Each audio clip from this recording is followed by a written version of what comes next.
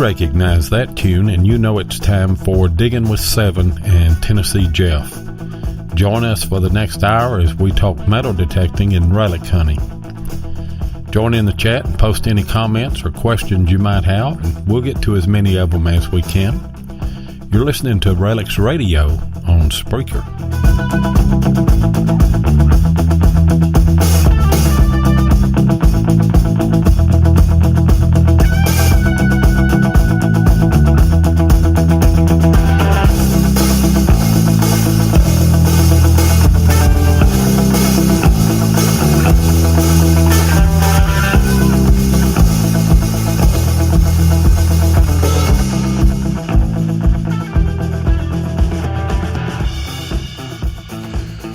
All right, it's Thursday night, and we are live again from Southern Kentucky here. Got Tennessee Jeff down in Middle Tennessee. Are you there, Jeff? I sure am. I wouldn't miss it. Well, and we got Matt Perdue, Tarheel Diggin, with us. Are you there, Matt? I'm here, 7. Well, good. Everything works out then. I'm in the studio that I call the loft here by myself tonight. Even Sydney has abandoned me, so I'm hosting the show and producing the show and everything else. So a lot of different things are going on. I guess we are live because Larry Stevens said Merry Christmas to all, and want to wish him a Merry Christmas. Few preliminary things that I'd like to get to before we get into tonight's show. Obviously, we are very excited to announce, you've probably seen it on either Josh Kimmel's Facebook page, Beyond Sight and Sound, or you've seen it on Relic's Radio or Digging with 7 or Tennessee Jeff. You've seen it somewhere probably. But a little 5-year-old boy by the name of Trevor down in Georgia won our Mind Lab Go Find metal detector. And that was delivered yesterday. And his dad sent a picture last night. And what a happy smile that kid had on. You guys, did you get a chance to see the picture? Oh, yeah, I did, yes. He, I mean, the smile, I mean, if it could talk, I mean, you could tell he was real excited to get it. Oh, yeah. Yeah, and I guess his father's been like, yeah, his father was talking like he couldn't wait to get it, couldn't wait. Is it going to be here yet? Is it going to be here? Is it going to be here? And so he finally got it. So that's great. What was you going to say, Matt? I just said that was a great giveaway, guys, and really, really cool to see that little kid, that picture of him with that detector. You've done some of that on your channel, haven't you? Yeah, I like doing that. You got to start them young, and it's an important part, I think, to give back a little bit to the hobby. I think so too, and we were very fortunate. We were on Beyond Sight and Sound, and mentioned that we would like to be able. We give away pin pointers and a shovel, and those are not small gifts. I mean, they're a good prize. But we mentioned that we would, we'd like to be able to give away a metal detector sometime. And Josh Kimmel made that happen for us.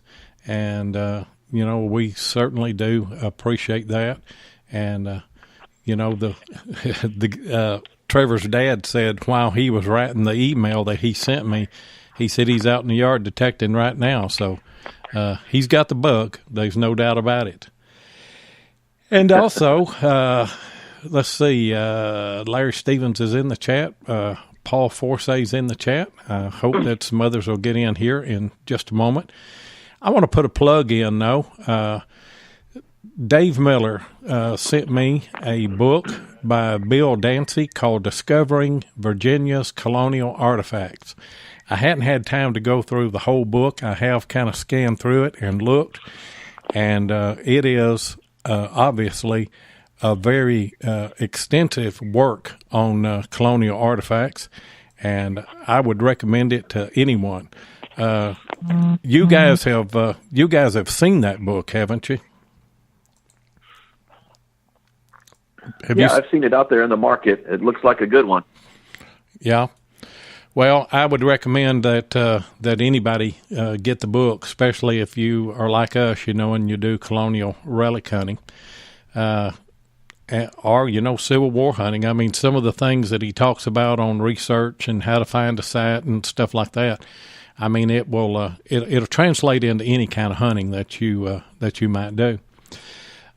Speaking about that, we have on as our guest tonight Matt Perdue, the Tarheel Digger, and we certainly are glad to have you on, and we want to let this be as much your show as we can tonight. So let's just kick it off, and you kind of tell us how you got in the hobby. Yeah, thanks, Evan. I appreciate you having me on tonight, and it's kind of an interesting story. I lived in North Carolina since 2005, and I was an avid golfer. I used to play golf a lot and ended up with an injury.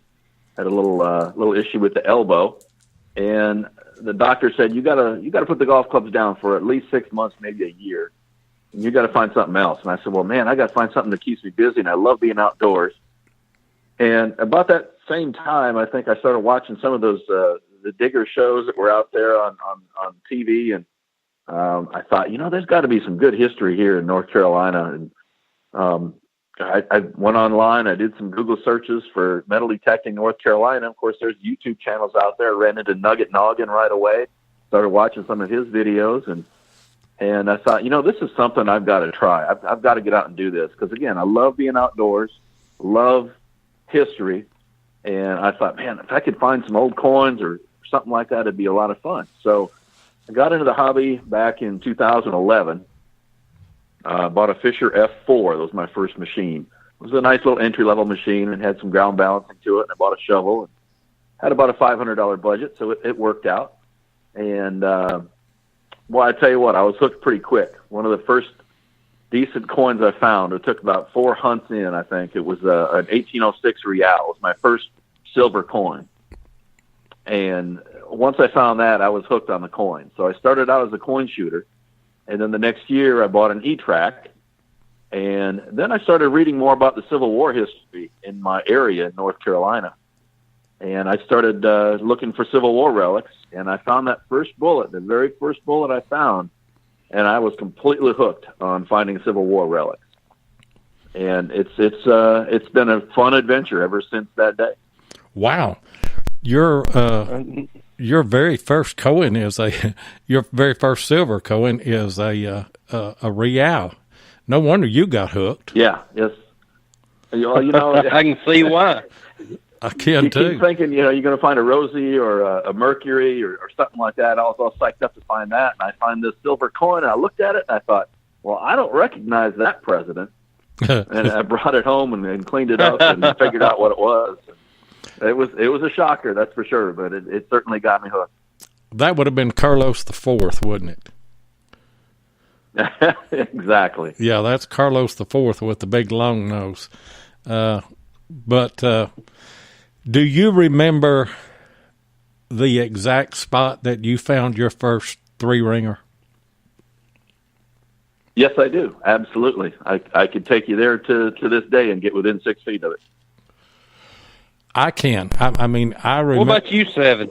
Yeah, I remember my very first 3-ringer. It was a Burnside, and I was kind of a Cohen shooter as well, and it didn't take long to transform me. I thought immediately, this is what I want to start finding right here.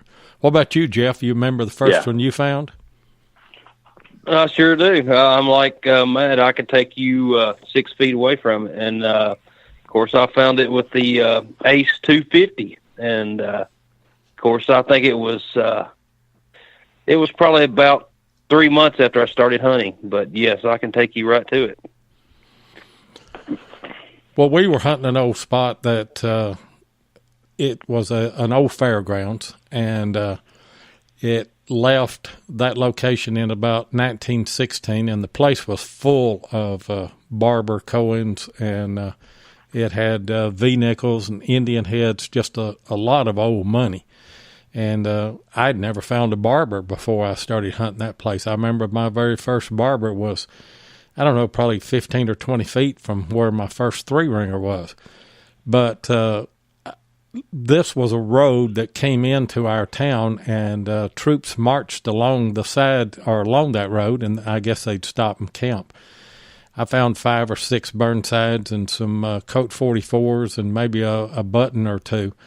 But that got me hooked, and I'm like you guys. I can take you right to where I found that. And What about your first Riel? Can you guys remember that? I remember. I remember my first one, and I'm like Matt. You know, I looked at it and I thought, what in the world is this thing right here? You know, and I told my hunting partner, I said, it's some kind of a foreign Cohen of some kind, you know, and I could see the Hispan on it, and I told him, I said, I think it's out of Spain, maybe, you know. And I had no clue. And I got in and got to researching on it. On the way home, I thought, you know, have I found my first piece of Spanish silver? And then whenever I got home, it was a half real. And I can take you to the exact spot that I found it. In fact, on that site, I found a half real and then another half real and then a piece of a pretty good chunk of a cut 8. All off of that same site. Mm-hmm. So, yeah. That's the way I was. That's crazy. I found my first one right next to a chimney stack, and then, of course, you could go to that chimney stack now, and then, of course, there's stones thrown everywhere because I thought they'd hid a bunch of them in a chimney stack, and then I was trying to find them all, but I guess it was just that one that was dropped there. So, how many reals have you got now, Matt? Just the 2. I found a half real, again, back in North Carolina. It's a 1778. It was in pretty rough shape, but I got that one and the 1806, which was my first silver. Yeah. What got you, I know finding your first three-ringer, you know, I mean, when you find those, I mean, you just get the bug.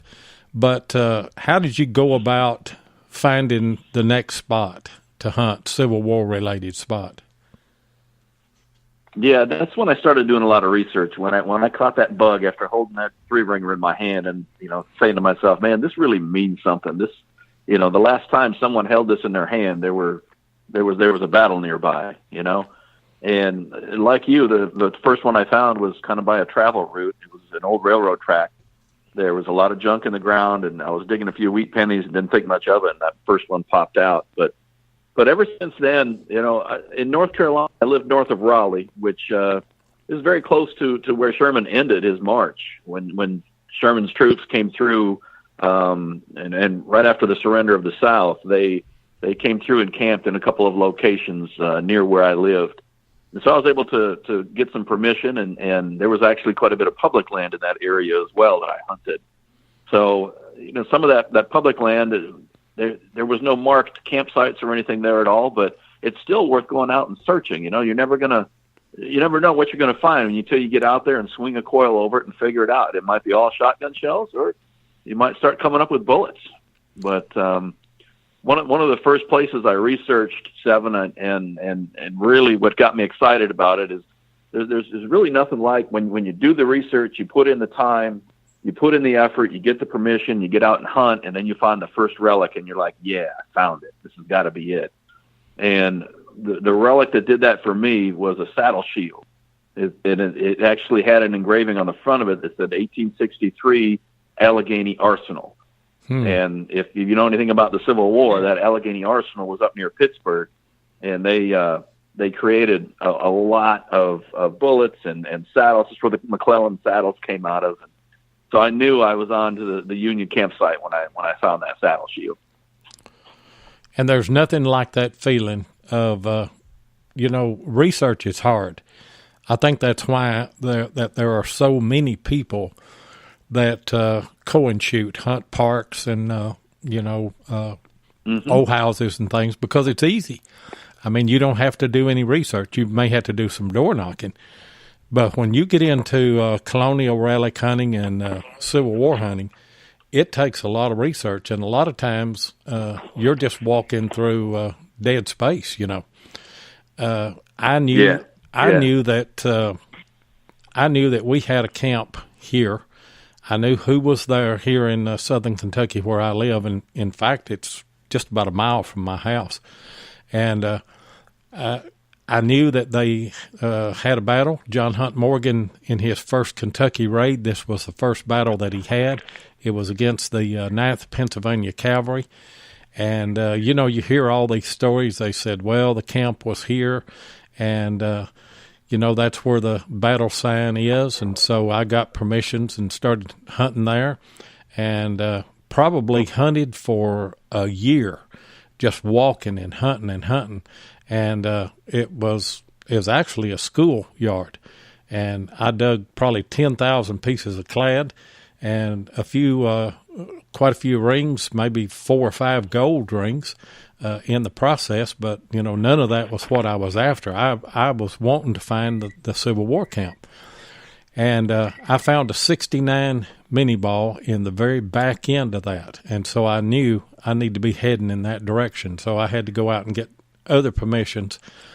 And finally, probably a month later, I was on a little sloping hillside and hit a 3-ringer, dug it, stepped about 2 feet and hit another one, and it's history. I've probably got 500 Civil War relics, me and my hunting partner, off of that one campsite there, And I was hooked, as you well know. That's great. You basically do everything, or most of your Civil War hunting revolves around Sherman's March. Kind of tell the listeners a little bit about Sherman and the history behind him. Yeah, sure. No, that's and you're right. I was at the tail end of the march when I lived in North Carolina. Now that I live in Georgia, I'm just south of Atlanta. I'm kind of at the front end of the march now, but. It's really an amazing time in our history, that particular moment. There's a lot of negativity around what happened when Sherman rolled through Georgia.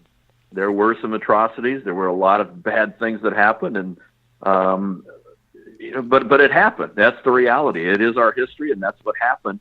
The amazing part to me is that he gathered 40,000 troops together in Atlanta.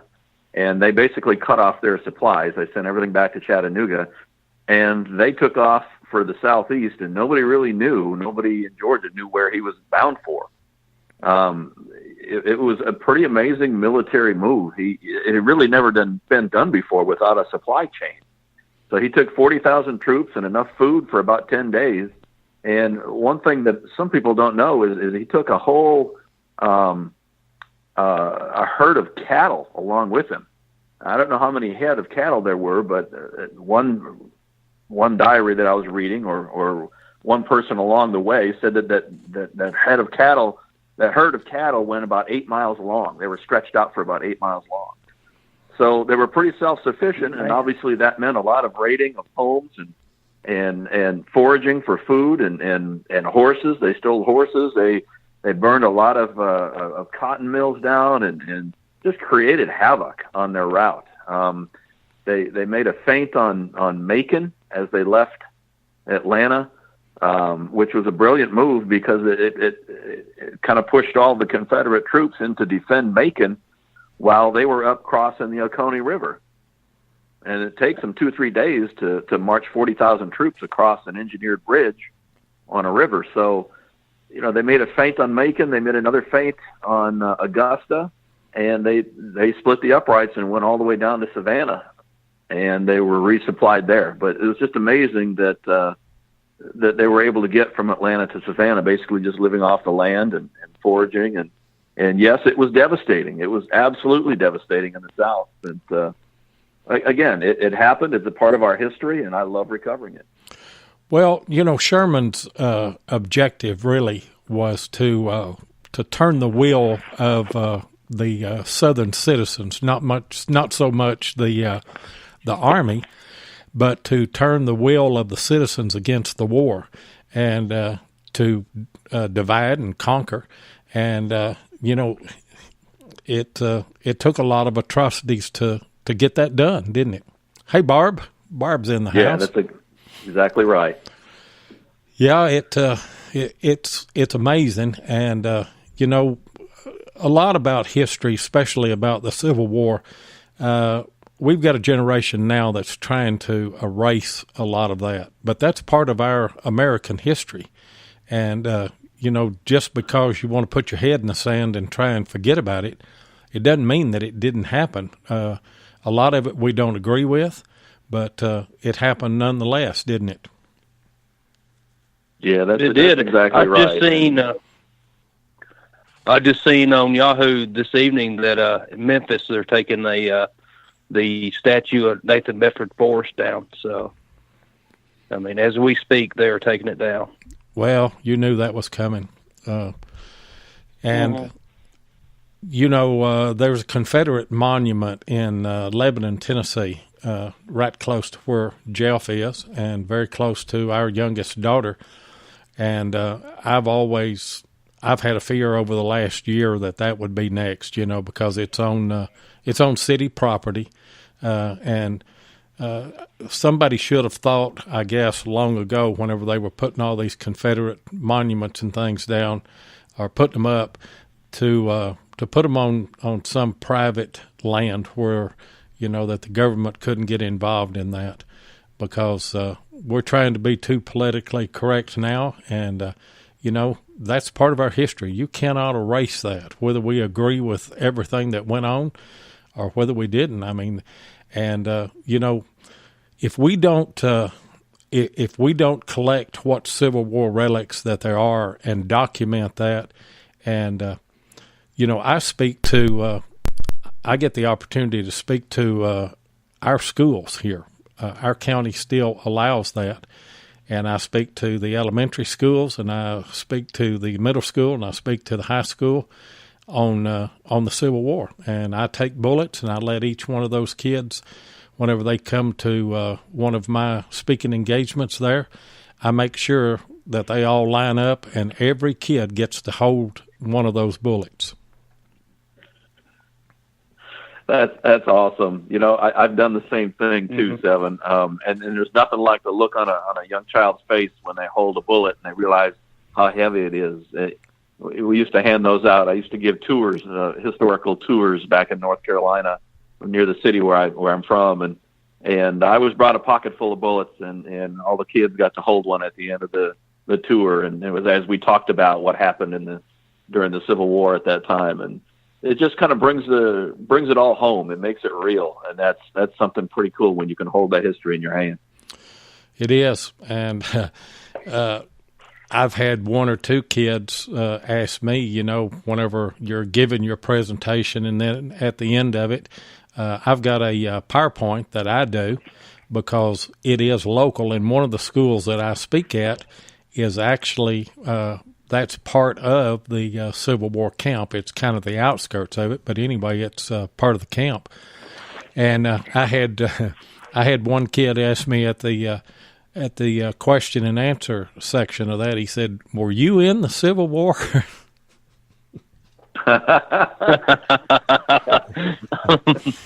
I knew you were old, but I didn't know you were that old. So yeah, Jeff kids me about being old all the time. One thing, yeah, I seen Tim from Dig Dogs were in there earlier. So hello, Tim. Hey, Tim. I had the opportunity to go down. They are from Murfreesboro, Tennessee. A lot of Civil War history down that way. And I had the opportunity to go last week, it was last week, I guess, and speak to their club, get to meet all those guys. And Jeff and I went to the Middle Tennessee one about a month ago and spoke down there. And we met some of the guys from Murfreesboro and actually booked the speaking thing. Of course, Jeff didn't get to go to Murfreesboro. He was down in his back. But you're better, ain't you, Jeff?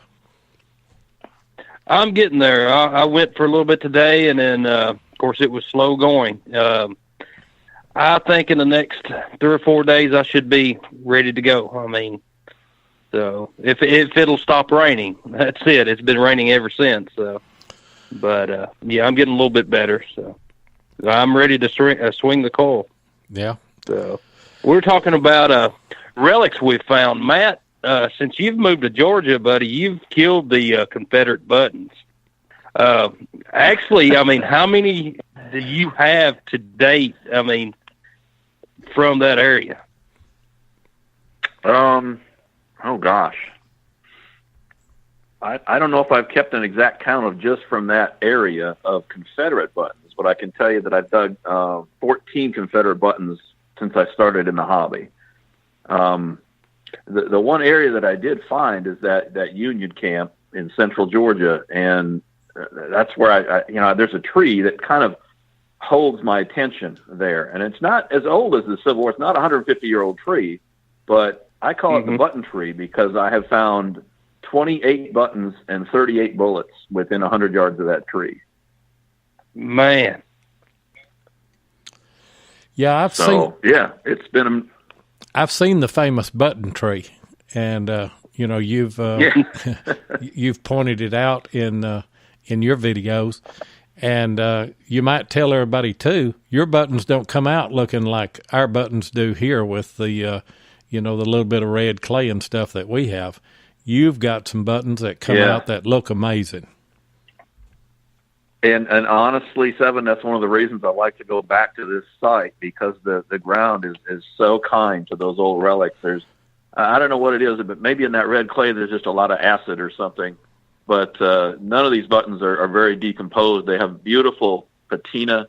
Every now and then you'll find one that was stepped on or crushed at some point, but for the most part, they come out looking great. It's a 2-hour drive for me to get to that site to get to the button tree, but it's worth it every time I go. Now, how many? It's worth every bit of 2 hours. Yeah, if I don't have a block eye yet. I've got a lot of Civil War buttons, but I don't have a block eye, and that's on my bucket list. Yep. Barb said that she went out digging today, trying to get her mind right. I know that she's under a lot of stress right now, and I want you to know, Barb, that you're in our thoughts and our prayers, and glad that you got to go out. And she said she's a bent penny richer. Well, there you go. It doesn't take much sometimes to make us feel better. I went out for a little while. Barb brings up. Go ahead. Barb brings up a great point when she says it gets my mind right. I couldn't agree more with that. That's again part of the reason I get out. My job keeps me busy 5 days a week. I work in sales, so I'm constantly talking with people and wheeling and dealing. And when I get out there on a weekend and I hunt, man, I put those headphones on and it just gets my mind right. I listen to the detector, I listen to what's going on, pay attention to what's coming out of the ground, and it's a tremendous stress reliever. I couldn't agree more, Barb. Yeah, and I hope that she gets to go out and detect some more. And this is a hard time of the year. I heard something on the radio today. They were talking about around the Christmas season, 8 out of 10 Americans would characterize themselves under a lot of stress at this time. And that's I think it's just a way of life now that we kind of get in that way. But I know that Barb's mom has been under the weather a little bit, and she's worried about that. So you're just in our thoughts and our prayers. Mark Burns is in the house too, and appreciate him being in. How you doing, Mark? you have began to make the transition to the XP Deus, haven't you? Yes, sir. I have about 6 months ago. I graduated pretty quickly from that Fisher F4 when I first started detecting, and I bought an E-Track, and I really liked that machine a lot. I've hunted for 5 years with that E-Track, had a lot of success, and it's actually a very underrated Relic machine in my point of view. But I stayed with Fisher, and I went with an F19. I really liked that. I've tried an F44. I've tried a bunch of different machines, Nocta Relic, and all kinds of different machines. But I decided that the Deus is for real. I wanted to give it a shot, so I picked one up, and I've been working with it and tweaking with it for about 6 months. And it's the real deal. It's a very good Relic machine. I've been out with it quite a bit since I picked it up last summer, and it's going to be my main machine this winter. I want to learn it even further. Well, I know that Tim Henderson with Dig Dogs, he has got one. Of course, he's a metal detector dealer, and he's got one, and he really hadn't been out and hadn't got a lot of time or experience under his belt with it. But he told me, he said, because he just had knee surgery, and he said, first thing I did was just sit down and memorize the whole manual on that book. And so he's kind of getting started in it as well. Some of the listeners are probably interested in knowing some of the programs and kind of what you run in that as far as, relic hunting versus coin shooting or anything, Kind of tell us what you know about that. Sure, yeah. No, I spent quite a bit of time when I first got the machine just trying the stock programs. And there was a couple of them that I liked a lot. The one I liked the most was the Deep program. And not because it's specifically deep, but just like the way it sounded. Coming off of that, using that Fisher F19, which is basically a two-tone machine, you get an iron signal or a good signal, and then you get a VDI readout. And that's a lot of how the deep mode worked with the Deus. So I was real comfortable starting with that, and then started using some of the other programs, and I looked at a lot of videos on YouTube, a lot of websites out there, a lot of guys that have been using the Deus for a long time. There's a lot of veterans out there that have been using it for years, and kind of tapped into some of that knowledge. And so I started creating programs, which is something kind of unique with the Deus. You can create your own programs based upon the types of conditions that you're hunting in. So if there's a lot of EMI or a lot of electronic interference in your area, there's ways you can tweak the machine for that.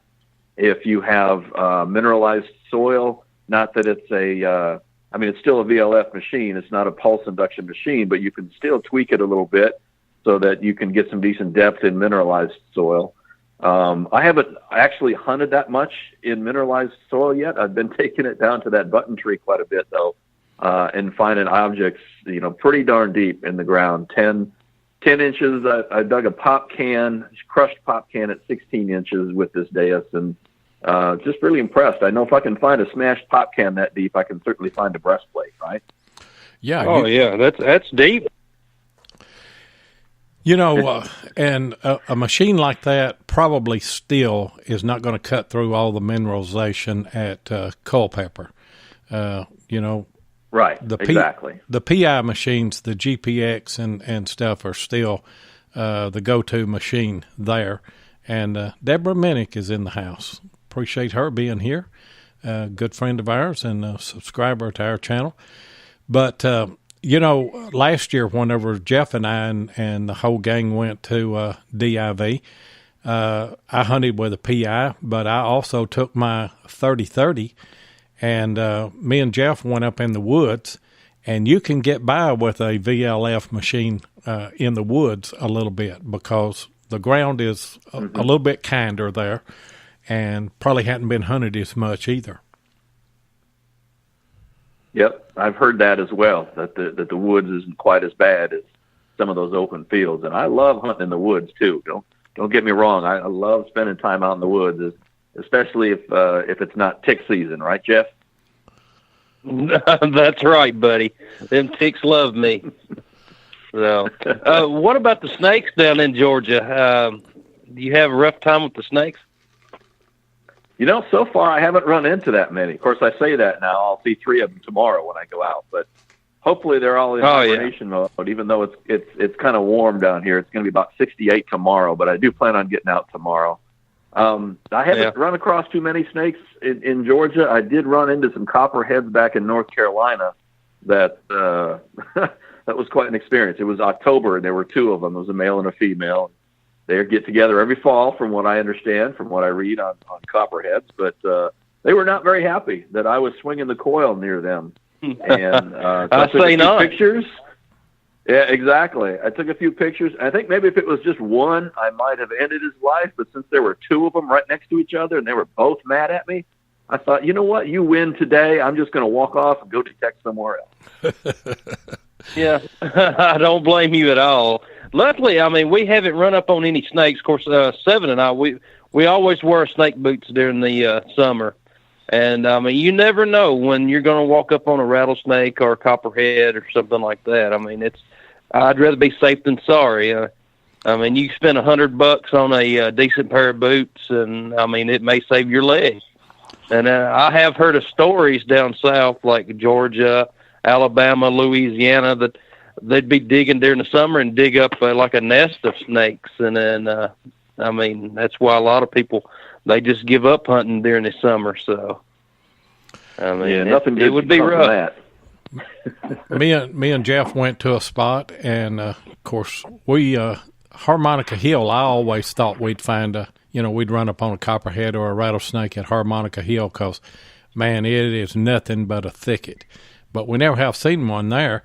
But we went to a spot and got out, and we were going into the woods, but we parked in a little grassy area. And I got out of the truck and walked around to the back to get my detector, and got my detector and shovel and everything out. I took 2 steps and stepped on a snake. I never did even see him. But, of course, we had our snake boots on. Wasn't a poisonous snake, so but I think scared him about as much as it did me. I'm a big old boy, If I step on you, you're going to probably know it. Tim Henderson brings up a good point, and I've seen that you answered him on that on the chat. And he said the nice thing about the Deus is that you can make it any machine that you want with the programs. Tell us a little bit more about that, because I'm new to it. I don't know that much about the Deus.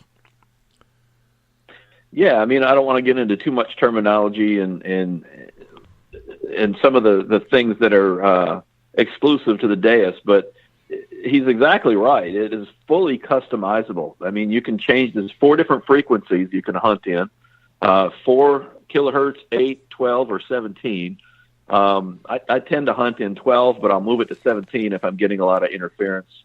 But they all work. They all work great. But he's right. You can make it sound like anything. You've got a 2-tone feature, a 3-tone, 4-tone, 5 tones, and you've got a multi-tone, which is very similar to like your E-Track and your CTX, where you get all the tones. You can adjust so many different things on that. It's not just like with most detectors, you have a sensitivity knob, and you turn it up to get deeper, and you turn it down when the machine is sparking. And with the Deus, you have several adjustments. There's a TX power, the discrimination and reactivity plays into that. The silencer is something interesting. I suggest, obviously, that you read through the manual thoroughly and get used to navigating through the menus before you start trying too many things. But there are so many different adjustments on it. It's just amazing. You can really fine-tune it to fit your soil.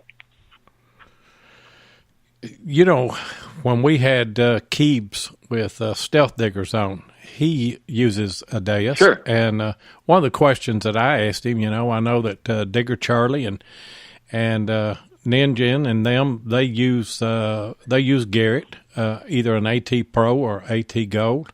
And I asked him, I said, kind of looks like you went in a different direction than they did, and you're using the Deus. And he told me, he said, I can make the Deus sound like any machine that I want to. And he has a lot of experience in them. And I wasn't aware of that. Yeah, it's an interesting machine. That's for sure. It's very versatile, much more versatile than I thought it was going to be. And I'm not someone who gets. I mean, sometimes metal detectorists can be like truck lovers. You get into a certain brand and you just stick with it no matter what. And I like to think that I have several different brands that I can use, and they're all different tools in the toolbox. But you're right. The Deus is so customizable that it's several different machines in one. Well, one thing I like about the AT Pro, and Jeff will chime in on this as well. It's kind of a turn on and go machine. I mean, we run ours in Pro Zero with iron disc and run it wide open, and you kind of just go with it, and there's not a lot of settings and everything. Of course, I know it's just one more tool. That's all it is, because there's places that I hunt and I use my GPX and I wouldn't use anything else. And where I hunted over the past couple of days, I'm using my GPX. And have you ever used a GPX, Matt?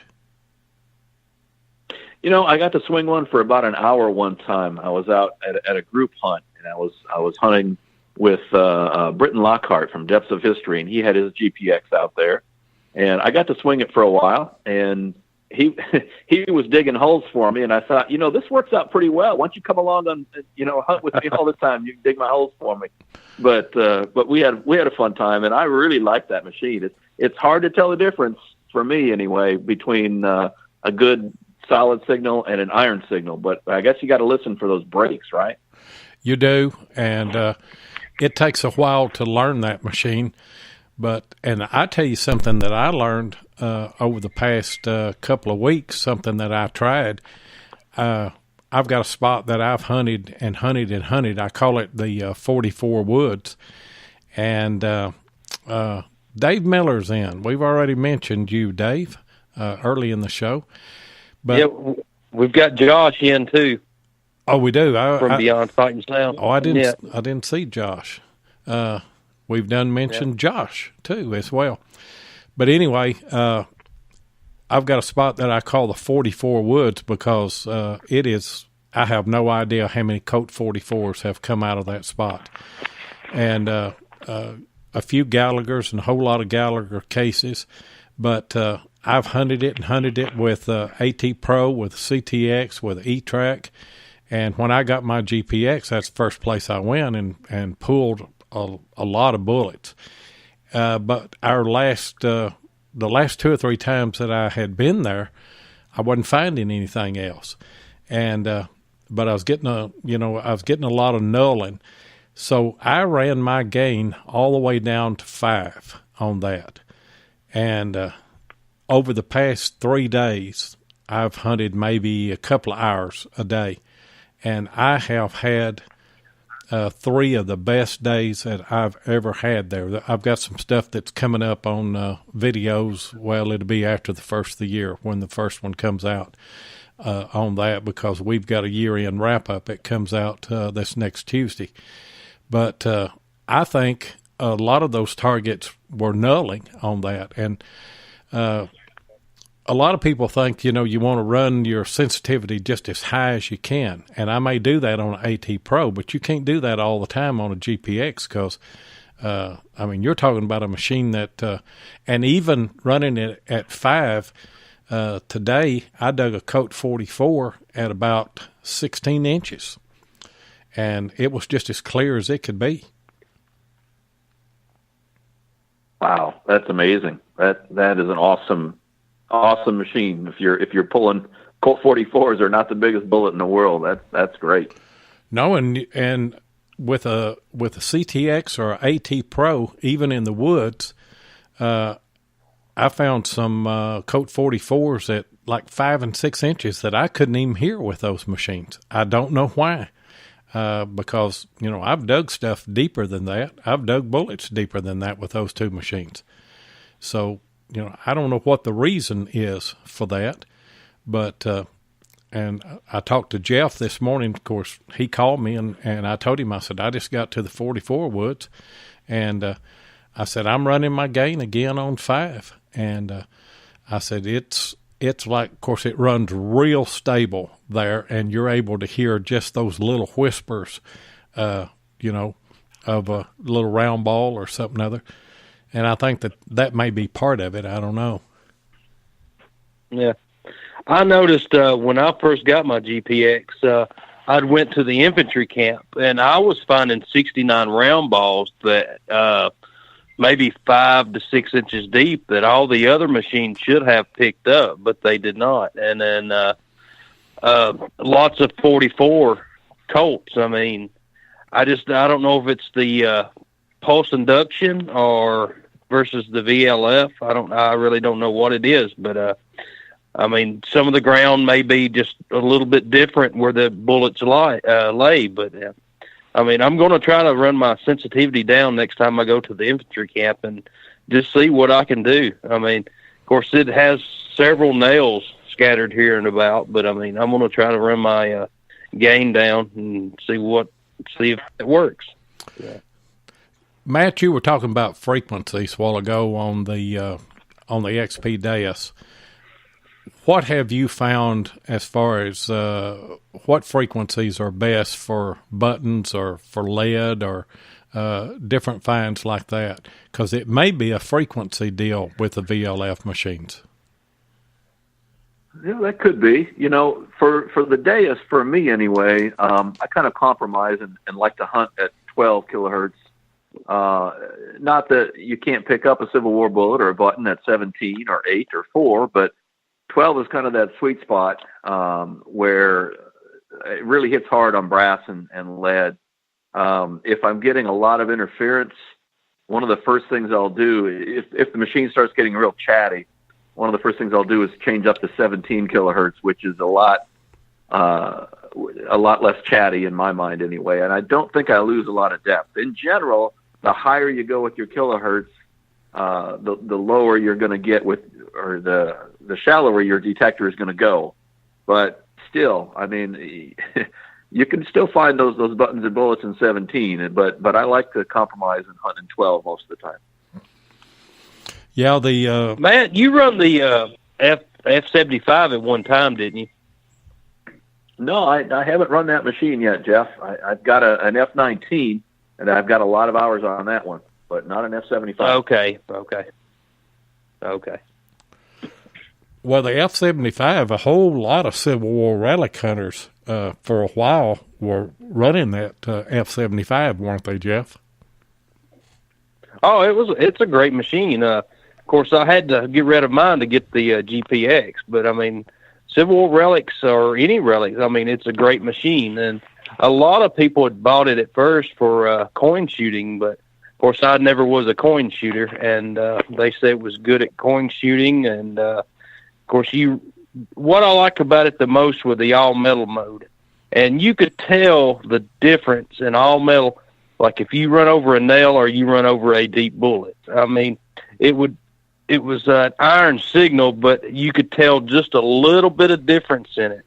And after I was taught that, I started digging bullets at, say 12, 13 inches deep with the F-75 in all metal mode.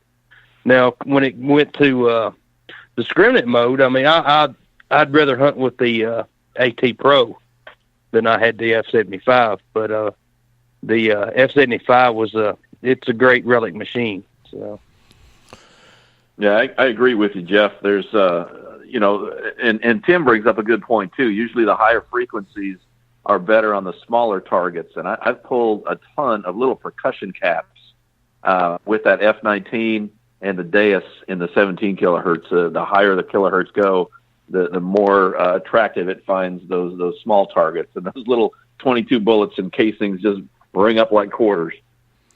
Oh, See, I've got the Macro Racer, and it's 14 kilohertz, and I pull a lot of small stuff out with it. I mean, of course, it's a pretty good machine. I mean, and it's good with silver. I mean, as Seven can tell you, it's real good with silver. So, yep. And The first construction site, that not the one in Gallatin, but the other one where they were building going to build the houses on that one day that we got to hunt that one spot.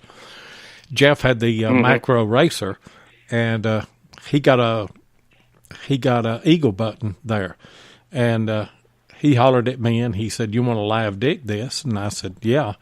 So I got the camera out and everything, and I told him, I said, "Let me see what it sounds like on mine." I had an AT Pro. I couldn't hear it at all, and he had his AT Pro, but he had it leaned up against a tree, and he said, "Go get my AT Pro." Well, went and got it, and it didn't hear it. So that had to be a frequency difference on that one button right there, didn't it? Mm-hmm. It sure did. And, I mean, it wasn't all that deep at all. I mean, what, maybe six inches deep? Something other like that. I mean, yeah, I mean, you would think that the AT Pro, I've dug buttons deeper than that with the AT Pro. I mean, I guess it was the soil and, like you said, I mean, just a different frequency. So I think it was more frequency than anything. And, I'm not like the guy that, if he's going to drive a Ford, that's the only vehicle that there is, or if he drives a GM, that's the only one that it is. I think that, like you said, Matt, that you have an arsenal of tools, that one detector is good at one thing, and I will always hunt a site with a different detector, if I get the opportunity to do so, and always find something that, I don't care if you hunt it with a GPX, you can go back in there and find something that you missed. Yeah, that's a great point. There's no doubt about it, and I'd highly recommend it. Once you get onto a good site, we kind of get locked in with whatever detector we're using at the time and whatever settings are working for us. But then you come back to that site a while later, maybe after a fresh rain, you change it up to a different machine or a different coil or a different frequency, hunt at a different angle, and you'd be amazed at how much more you can pull out if you're working slow enough. That's the key. Work slow. And I tell you one thing I think that a lot of people do is they get used to using one machine and digging a certain sound that they hear. They may not be digging numbers. They may be digging sounds, but digging one certain sound that they hear and then passing on all the other ones. And whenever you change machines, you're going to get a different sound, and you may start digging things that you wouldn't dig with your other machine that are good targets. That's exactly right. And like today, I went out to Mr. Stone's place, and I dug 2 flat buttons where we'd hit that one spot so hard. And, of course, like I went real slow, and then, I mean, they were good signals. I mean, believe it or not, they were real good signals, and probably maybe 6 inches deep. So, well, I dug a Coat 44 where in a spot that we both pounded with GPXs, and it was as clear as a bell, and it was, I don't know, it was probably 11, 12 inches deep, and I just hit it at a different angle, or the atmosphere was different. I mean, it's just hard to understand what the difference is, from one day to another. Ground conditions can change, and I love to hunt after a fresh rain because everything just seems to be much more conductive. The signals really pop, and I don't know what it is. And also, if you leave a site alone over a winter, if there's a freeze and thaw, you come back in the spring, and you always seem to find 1 or 2 targets that you might have missed last winter. Well, I think with the freeze and thaw that it brings stuff up, don't you? I don't know what happens. I don't know the physics behind it. All I know is to get out there and hunt it, because you will find some things. Mm-hmm. I know with my test garden out back, when I first buried, I've got a few Civil War bullets buried, and when I first buried them, you could not get a signal at all.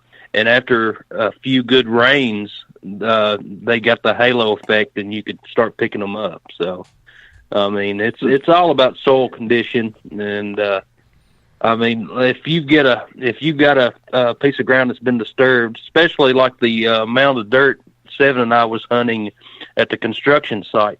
I mean, none of them targets had a halo effect around it. So, I mean, they had to pretty much be right on top of the ground before the detector would pick them up.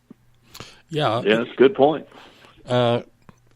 Jeff even dug a breastplate that didn't sound good, and it wasn't 3-4 inches under the ground. So yeah, it was very shallow, and so the halo has a lot to do with it. Matt, what's the best find that you've ever found? Oh gosh, I knew you were going to ask that question, Seven. And it's a hard question to answer for me.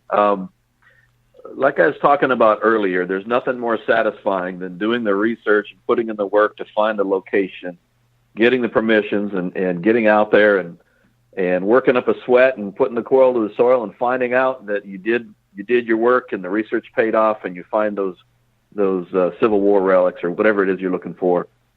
And I think for me, the most rewarding find that I've made came from an area very close to where I found that saddle shield I was talking about earlier. I had a penny signal and I dug it, and it was the size of a penny, but it didn't really look like a penny on the front. It looked like it had two portraits, one on each side. As I was looking for that wreath, I was looking for a wreath and a 1 cent. I thought it might be an Indian head penny, but I couldn't quite figure out what it was in the field. So I brought it home and I cleaned it up, and it turned out to be an 1864 Abraham Lincoln campaign token. Wow. It says Abraham Lincoln for president on the front, and it says Andrew Johnson for president on the back. And what's amazing about this find, at least in my mind anyway, is the location and where it was at. Again, it was at an old Civil War camp in North Carolina, so I know it was dropped by one of the troops. And they were on site at this location about 10 days after Abraham Lincoln was assassinated. So I can just imagine some soldier reaching into his pocket and pulling that token out and pitching it out in disgust. That's the picture I have in my mind. I don't know if that happened or not, but it may not be worth much monetarily, but that to me is one of the most important finds I've ever made. It would be. I tell you what, Sheldon is in the house. Hello, Sheldon. And it's probably just a once in a lifetime find to find something like that.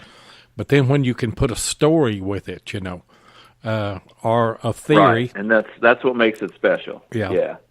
It's a theory, is about all that it is, and we all find things, and we come up with an idea of why we think that we're finding what we're finding, and there's no way to prove a lot of that. Talk to us a little bit about research, how you research your spots. That's a huge part of the hobby, and I bet I spend 3 times as much time researching as I do actually hunting. I spend a lot of time on the computer, pulling down maps and whatnot. When I moved to Georgia, throw out to Bama Dave. He's got a YouTube channel out there. He does a lot of Civil War relic hunting, and he does a lot of research. And he forwarded me a few links. He said, check out some of these maps. And one of them was very helpful and instrumental in helping me find and locate this camp that I'm currently hunting. I do a lot of reading. I do a lot of reading of soldiers' diaries to try and pinpoint locations, because sometimes the maps were not all that accurate back in the 1860s. I use a couple of different websites, obviously historic aerials. Some people might think it's somewhat limited because maybe you only go back to the 50s and 60s with those maps, but I still think there's a lot of helpful information there, so I use historic aerials a lot. And another website that I've been pulling a lot from lately is the Ohio State University has a site called eHistory. If you want to look at it, it's ehistory.osu.edu. I'll post it up in the chat, but it's a wonderful website. You can type in the name of a city or the name of a county, and it'll research several different books and articles, and it'll find every time that city or that county was named, in Civil War movements from official documents, and so I've gained a lot of information from that as well. So it's just multiple sources that I pull from, but I still think the best research we can do is putting a coil to the soil and getting out there. Even if you don't think there's any history on that property, if you've got permission to hunt some property, the best research you can do is putting a machine on the ground and see what comes out. That's right. I mean, go ahead, Jeff. It was funny. I worked with a lady at a printing company, and of course she knew I was into metal detecting. She kept on saying, well, come out to my house to see what you can find. And I'm sitting here thinking, well, it was just an old pasture field. And of course I'd done a lot of research around that area, never did find anything. But so one day I loaded up, went out there.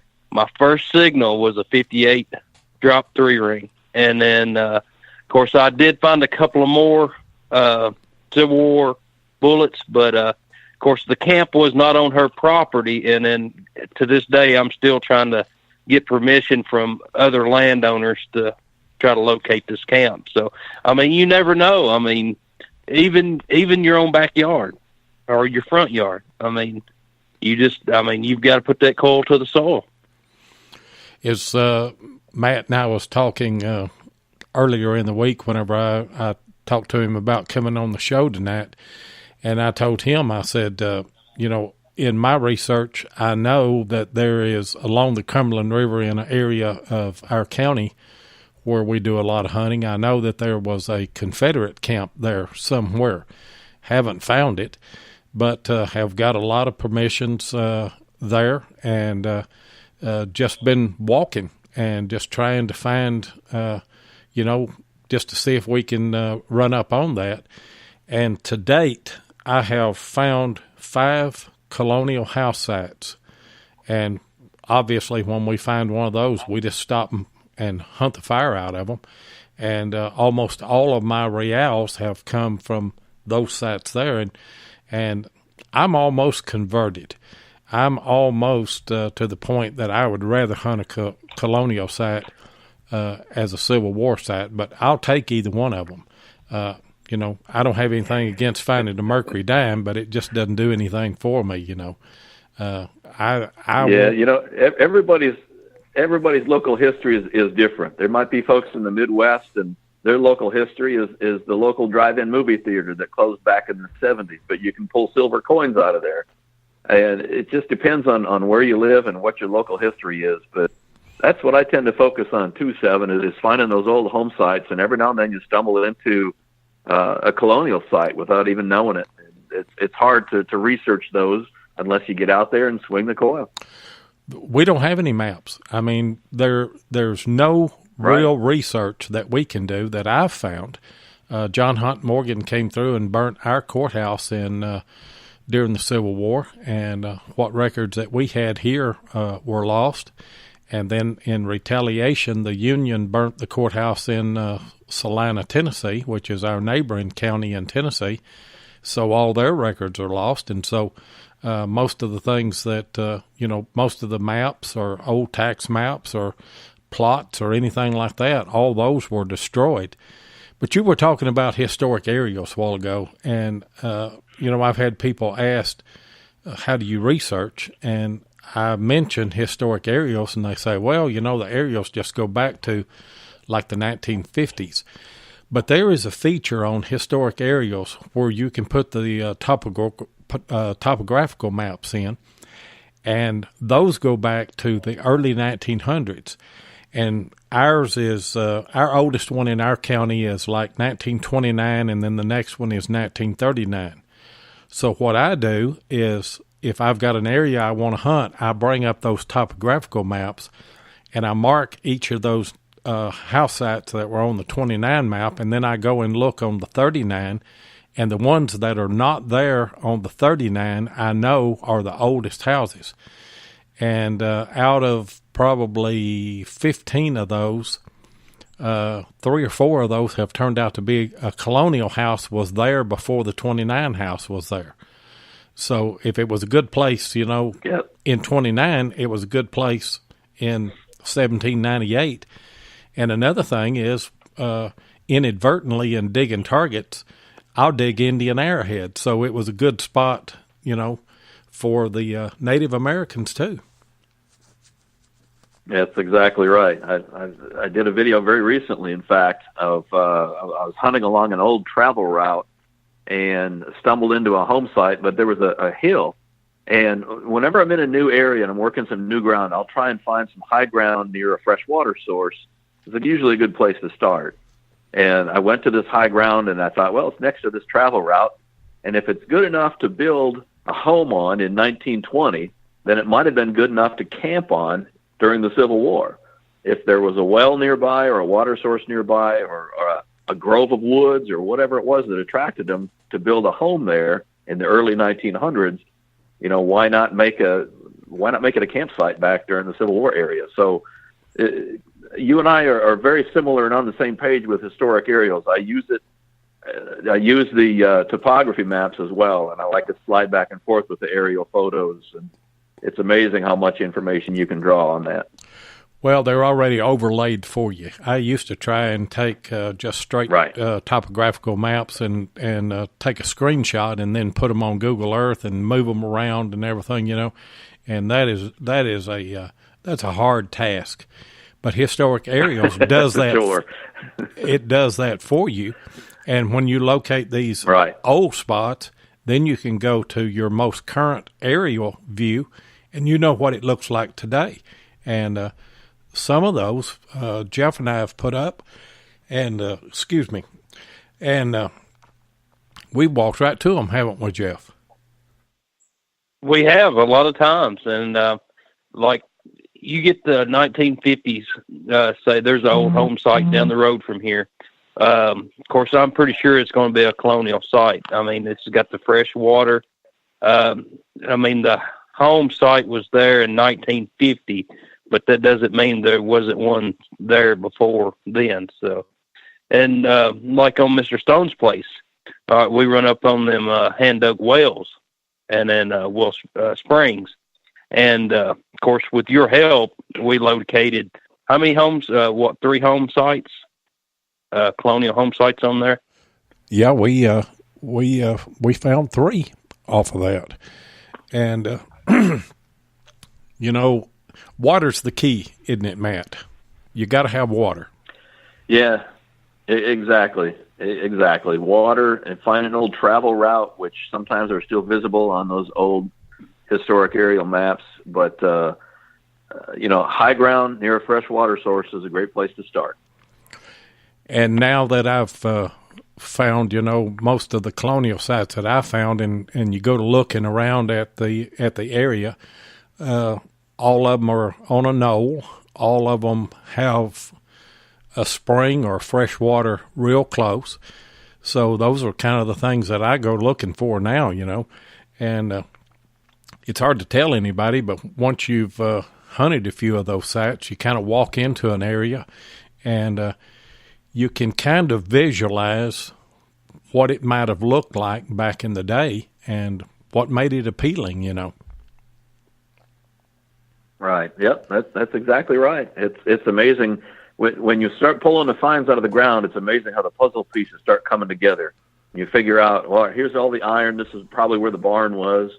Here's the flat buttons. There might have been a garden back over here, and here's a coin or two. This might have been the grove that they spent time in. It's pretty amazing when you start putting it all together. One thing about the Civil War spots that Jeff and I hunt, as opposed to the ones that you hunt, is that a lot of ours were camps. A lot of yours were kind of a 1 or 2 day deal, right? Yeah, bivouac they call them. They would just set up these temporary tents and stay for 1, maybe 2 nights. I'm kind of fortunate. The place that I'm hunting, or at least that I've been hunting for the last year and a half, is near a river crossing. So they spent 2 to 3 nights basically at this camp as the troops came through. So there's a lot more activity here.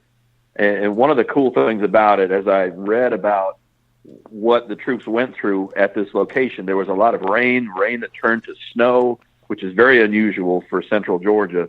But it was very inclement weather. And so that's why I think one of the reasons I found so many buttons And a lot of the bullets that I have found were pulled bullets, which tells me that, yeah, they were pulling those loads out after walking in the rain all day, cleaning their guns out and reloading for the next day. So those are the types of things I've been finding in this area that just confirms that this is the camp that I was looking for.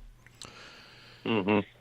And then in my area, we have a lot of river crossings. I mean, here close to my house, I can name 5 right now. I mean, pretty much within 5 minutes away.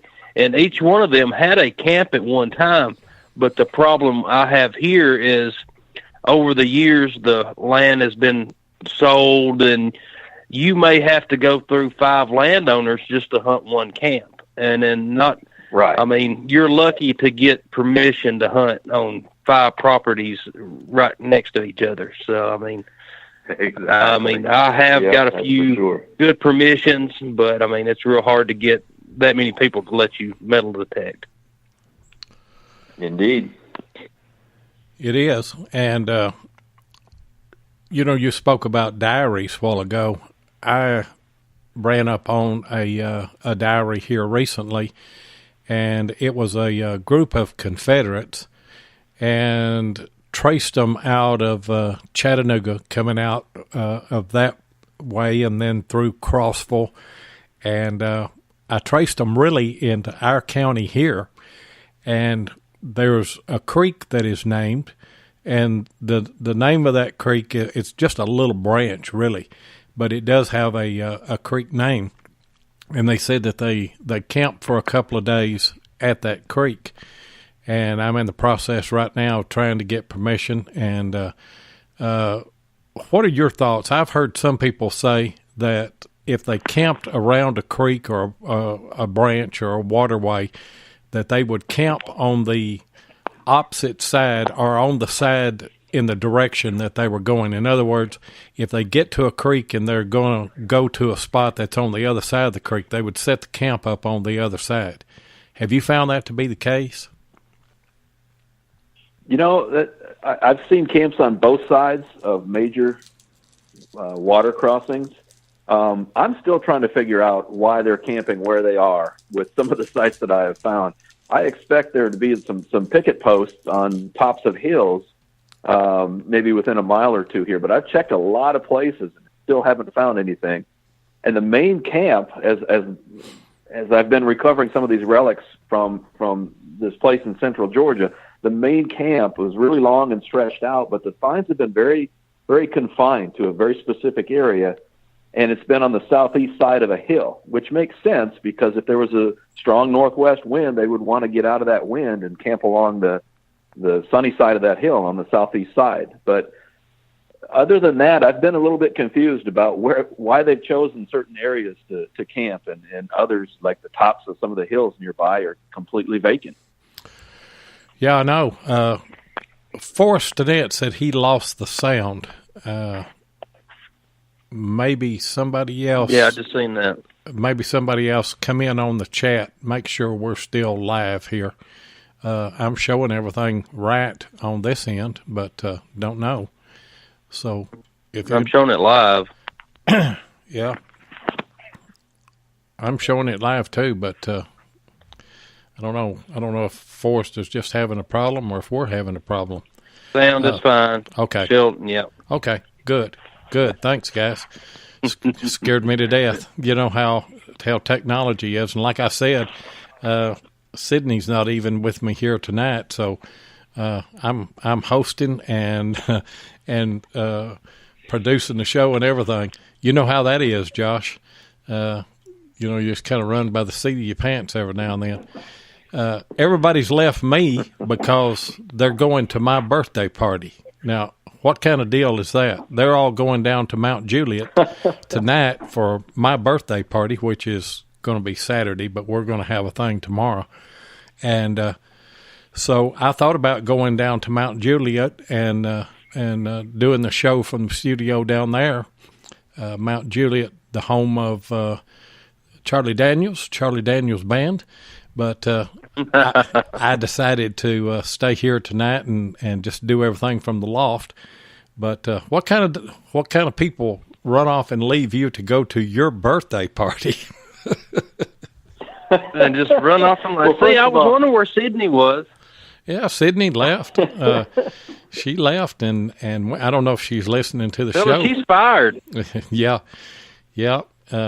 This wealthy income for her is it's gone by the wayside now. What have you got lined up as far as any new sites, Matt? Any new research that you've come up with? Yeah.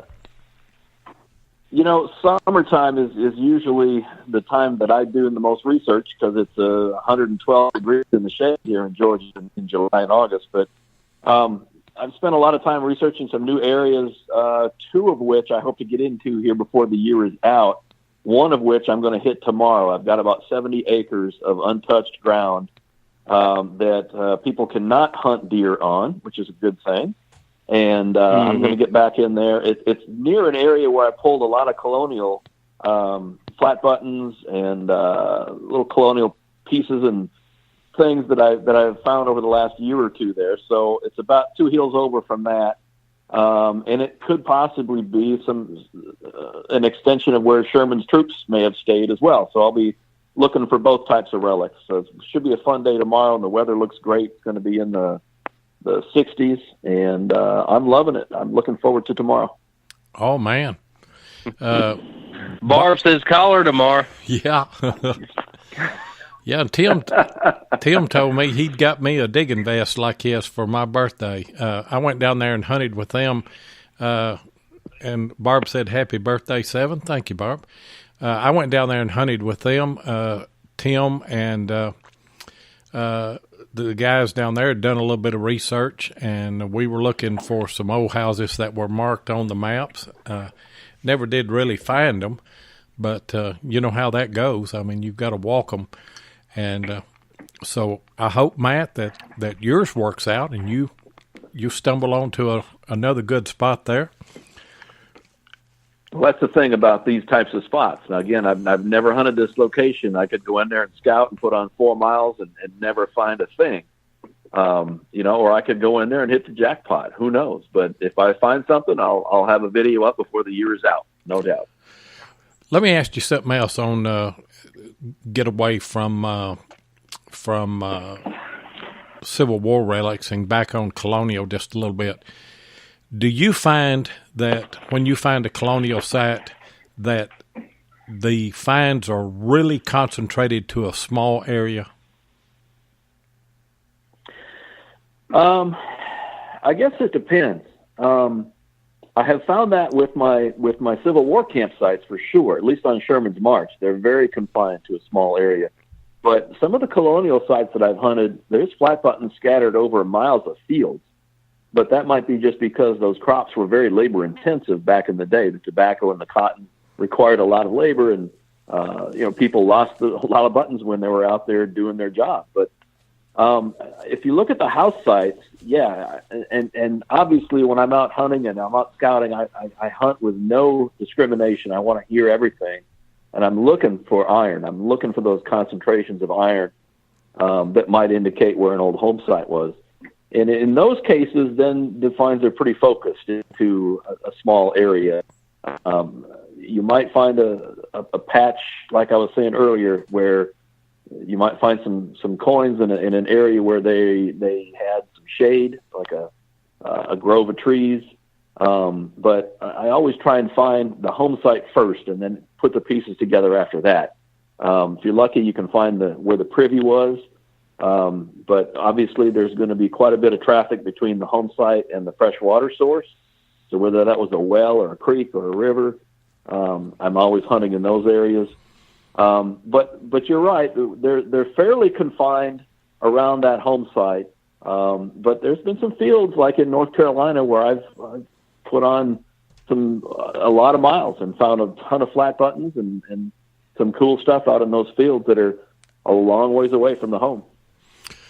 Well, in our area, and I think the problem here was the threat of Indian attacks, and I think that they stayed really, really close to the house, because when we find a early settler or a colonial house here, the relics are pretty well concentrated in maybe a 30 to 40 yard square.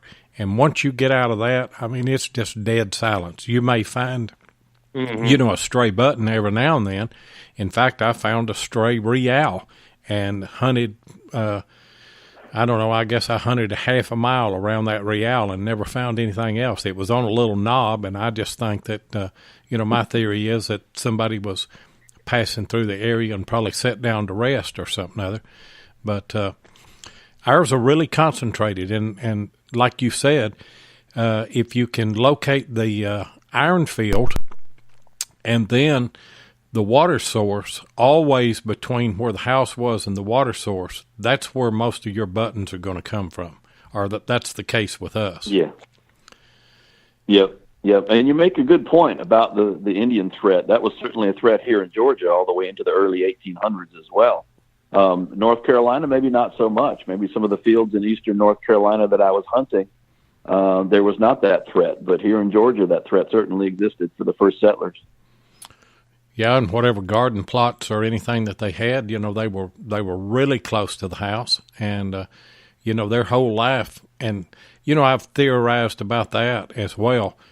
You're looking at a time period when you had people that were coming into southern Kentucky or Middle Tennessee, and their whole life was confined to 100 yard square, because of that threat.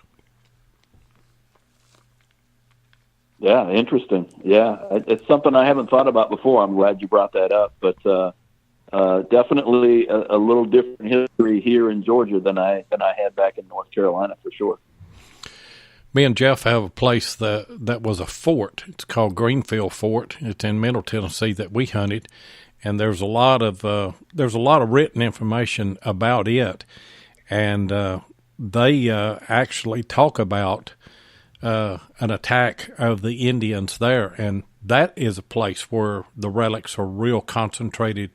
And they even said, that the main family really didn't get out that much. They had slaves, of course. Slavery was part of our history here in the South. I don't agree with it, but sure.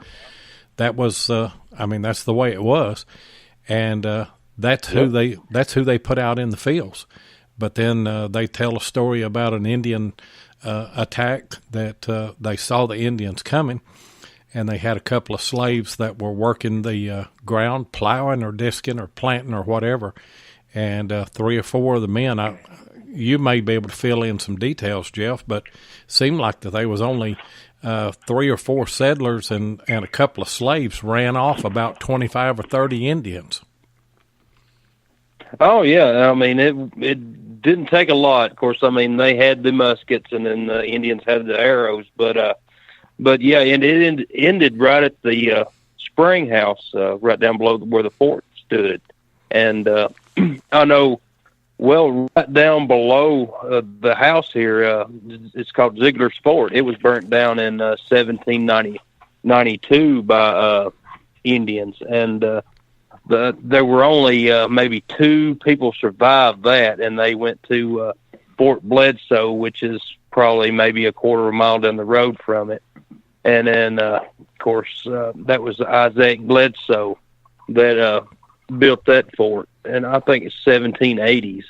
But, yeah, we had a lot of Indian activity around here, and then when the settlers moved in, they had some pretty rough times. I know I think it was probably at least 20 or 30 settlers that got killed before they built Fort Blunt and was able to put military activity in this area to keep the Indians from burning the forts down and stuff like that. But we do have a lot of history. I know right here next to the house, probably a 10-mile square area, they estimated to be like almost 10,000 Indians were there at one time. So, we had the buffalo traces and all that. So, it was a great place to live back then. So everybody wanted it. Yeah. There is a large Indian mound that's just down the road from Jeff's house. Of course, it's part of, it's called the Mound Builders. You can Google that. Yeah. And have you guys found a lot of points, a lot of Native American points when you're out detecting?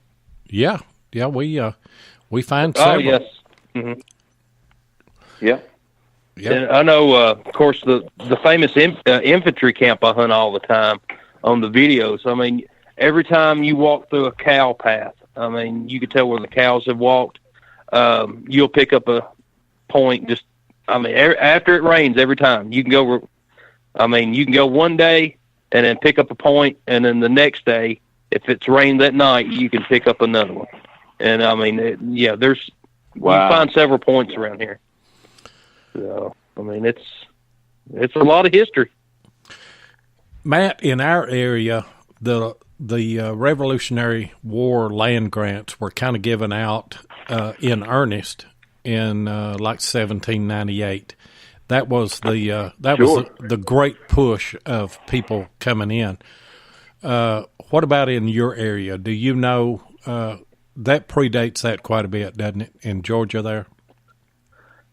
It does, yeah. I'm not so sure that Georgia was a part of that.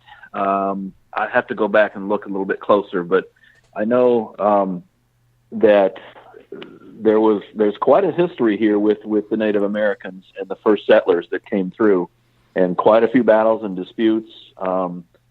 There's the one place that I'm at right now, and not too far from the Button Tree, actually, maybe 2 miles away from that area. There's been a lot of early 1800 finds, and even a few tomback buttons that really surprised me to find something from the late 1790s, maybe, this deep into Georgia. So I know I'm onto an area where we're talking about the very first white settlers in this particular region. So you just never know what you're going to come up with when you're at some of these locations, and it's just a real honor for me to recover some of these things from our very first settlers. Yeah, and a tomback button, anytime you find a tomback, I mean, you're talking old history there. I mean, you're looking at exactly. 1700s, and even the pewter buttons, are 1700s. And, when you find those in our area now, there's a pretty good chance you're going to find a real if you just kind of keep the coil to the soil and go slow, I know I know they find them in Savannah and Charleston and along the coast, obviously, but this far inland into Georgia, it's pretty amazing to find something that old. Most of ours came from Virginia, and then moved from Virginia into East Tennessee, and kind of came up through the Cumberland Gap and up that way, and filtered into Kentucky. I'd give anything in the world to be able to go back and look and see what all of this area looked like at that time. It'd be amazing, wouldn't it? Exactly. Yeah. And that's something that runs through my brain as I'm out detecting. You wonder what the sites looked like, and how many kids did this family have or that family. Quite often the kids would settle nearby, and you might find something from the late 1800s or something like that. You start putting two and two together and figuring out, all right, well, this is probably from this family's son or daughter or whoever that built a home, a few blocks away or whatever it might be. You kind of start imagining what life was like back in those days when you're pulling all those flat buttons out of the ground. And you had the master house in a lot of those places, and you would have you'd have slave quarters, that were close. And I would suspect that probably a lot of the I would think that the pewter buttons would probably be of a lower value at that time than the tombacks or the brass and what have you. I've always kind of visualized that if you find a concentration of pewter, you're either finding an older site or maybe you're finding the place where the slaves would live or what have you. Just kind of my idea. I don't know. Right. Well, we're coming up. Yeah, I agree. We're coming up on an hour and a half, and we said we'd go an hour. That's always the way it is. before we get off here tonight, I certainly do appreciate you being with us, and tell everybody how they can get in contact with you, your YouTube channel, Facebook, and all of that. Yeah, Seven. I'm Matt Perdue on Facebook, Tarheel Diggin on YouTube. I did not switch the name of my YouTube channel when I moved to Georgia, just simply because Peachtree Diggin doesn't quite have a good ring to it. So I stayed with Tarheel Diggin. Tarheel Diggin on YouTube.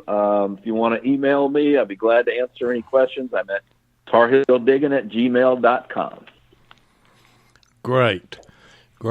And we certainly do appreciate you coming on here tonight and spending time with us. We sure do.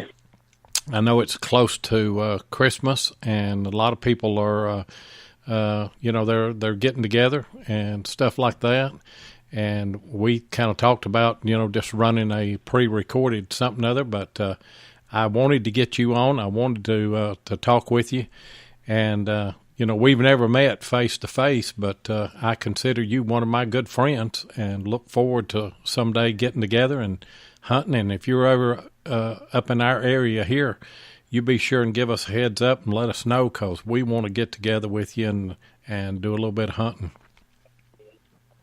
Well, thanks, guys. I appreciate that. And Tennessee is part of my territory and my work, so I do find myself around Nashville. In fact, I was just up there last week.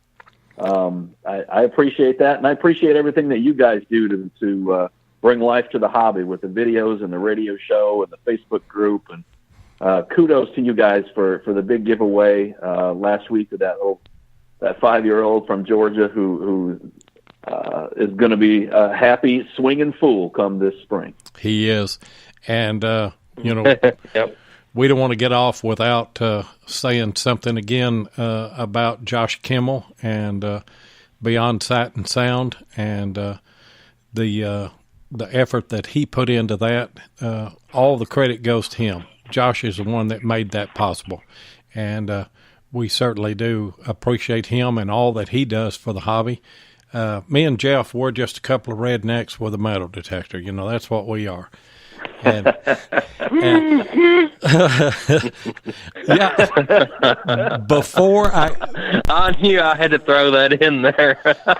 Before I get off, Plugmaster Ford did one of his lip syncs, and me and Jeff and you were fortunate enough to be featured on that.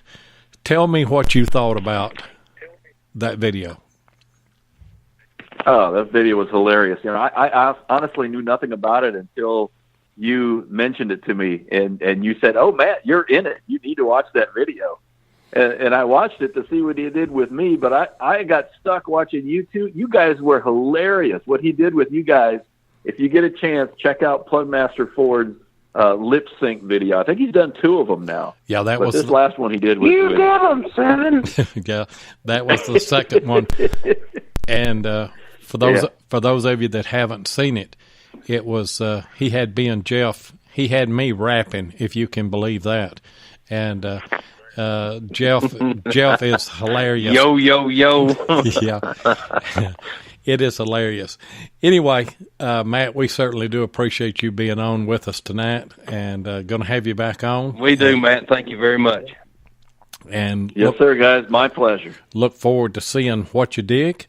And hang on a minute. Let me close the show out, and I'll talk to both of y'all on the phone just a little bit. Certainly do appreciate everybody in the chat tonight. All of you that are listening in the show, all of you that are supporting the show, go and check out our Facebook page and Beyond Sight and Sound Facebook page, and see young Trevor, a young 5-year-old that won a metal detector, and look at the smile on that kid's face. I tell you what, that just makes that made our day. I mean, it just it made our Christmas this year, and we thank Josh. I thank Tennessee Jeff, and just for the opportunity to be part of that. And hope that we mentioned everybody in the chat tonight. We certainly do appreciate all of you people being there, and those of you that may have just been listening and didn't put anything in. But anyway, we will be back next Thursday night here on Relics Radio. And until then, all of you have a very Merry Christmas.